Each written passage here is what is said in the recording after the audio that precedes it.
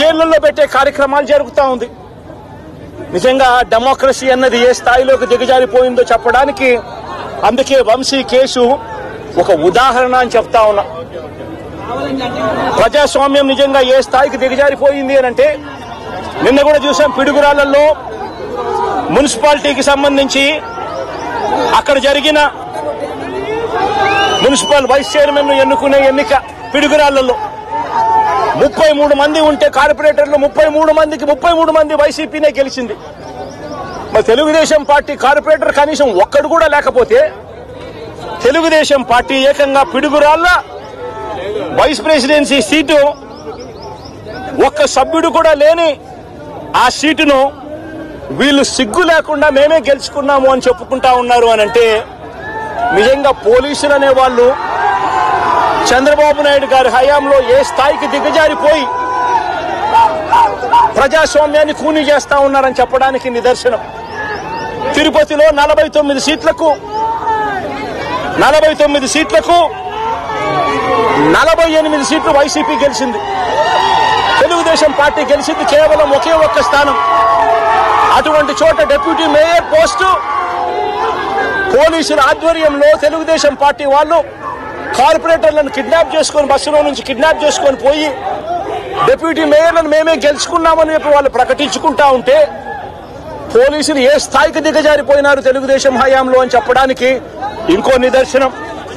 తుని నియోజకవర్గంలో 30 కార్పొరేటర్ల స్థానాలు 30కి 30 వైసీపీ గెలిచింది.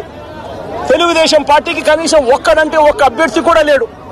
వాళ్ళు అలాంటి చోట ఎన్నికలు జరిగితే అలాంటి చోట వైస్ ప్రెసిడెన్సీని వయసుని ఎన్నుకునే ఎన్నిక వైస్ చైర్మన్ ఎన్నుకునే ఎన్నిక జరిగితే వైసీపీకి ఎలాగో వైసీపీ వాళ్ళను దౌర్జన్యం చేసి తీసుకునే పరిస్థితి లేకపోయేసరికి తెలుగుదేశం పార్టీ వాళ్ళు ఎన్నికనే పోస్ట్ పోన్ చేశారు. అంటే వీళ్ళకి అనుకూలమైన వాతావరణం వచ్చేదాకా ఎన్నికలు జరపరు. కోర్టు పర్యవేక్షణలో ఉన్న కేసులకు సంబంధించిన పరిస్థితులు ఇవి. పాలకొండలో కూడా అంతే. వైసీపీకి అందులో 17 ఉంటే తెలుగుదేశం పార్టీకి కేవలం 3. మళ్ళీ అక్కడ వైస్ ప్రెసిడెన్సీ అన్నది వైసీపీకి రావాలన్నా తెలుగుదేశం పార్టీకి రావాలన్నా కానీ వీళ్ళకి అనుకూలత వచ్చేదాకా పోస్ట్ పోన్మెంట్లు. ఇలా ప్రతి సందర్భంలోనూ కూడా డెమోక్రసీని కూనీ చేస్తా ఉన్నారు.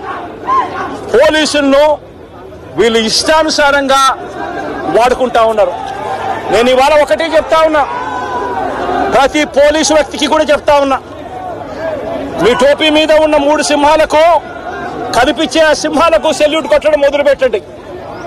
తెలుగుదేశం పార్టీ నాయకులకు సెల్యూట్ కొట్టడం మొదలుపెట్టి వీళ్ళు చెప్పినట్టుగా చేయడం మొదలుపెట్టి అన్యాయాలు చేయడం మొదలు పెడితే మాత్రం ఎల్లకాలం తెలుగుదేశం పార్టీ ప్రభుత్వమే ఉండదు అని చెప్పి ఇవాళ ప్రతి అధికారికి కూడా నేను తెలియజేస్తా ఉన్నా. రేపొద్దున మళ్ళీ మా అధికారం వస్తుంది. వచ్చినప్పుడు అన్యాయం చేసిన వీళ్ళందరినీ, వీళ్ళ అధికారులందరినీ, అన్యాయం చేసిన ఈ నాయకులందరినీ కూడా బట్టలు కూడా తీసి నిలబెడతామని చెప్పి కూడా ఈ సందర్భంగా తెలియజేస్తా ఉన్నాను. ఎవరిని వదిలిపెట్టేది ఉండదు.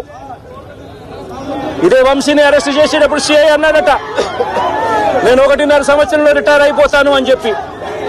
రిటైర్ అయిపోయినా కూడా సప్త సముద్రాల అవతల ఉన్నా కూడా మొత్తం అందరినీ కూడా పిలిపిస్తామని చెప్పి కూడా ఈ సందర్భంగా చెప్తా ఉన్నా. చట్టం ముందు నిలబడేట్టుగా చేస్తాం, బట్టలు ఊడదీస్తాం, న్యాయం జరిగేట్టుగా చేస్తాం అని ప్రతి ఒక్కరికి కూడా తెలియజేస్తా ఉన్నాం. ఈ మాదిరిగా అన్యాయం చేయడం మొదలు పెడితే మాత్రం ఖచ్చితంగా ప్రజలు, దేవుడు ఇద్దరు కూడా వీళ్ళను శిక్షించే కార్యక్రమం ఖచ్చితంగా జరుగుతుందని చెప్పి సందర్భంగా మరొక్కసారి వీళ్ళందరికీ కూడా చెప్తా ఉన్నాం. అన్యాయంలో భాగస్వాములు కావద్దండి.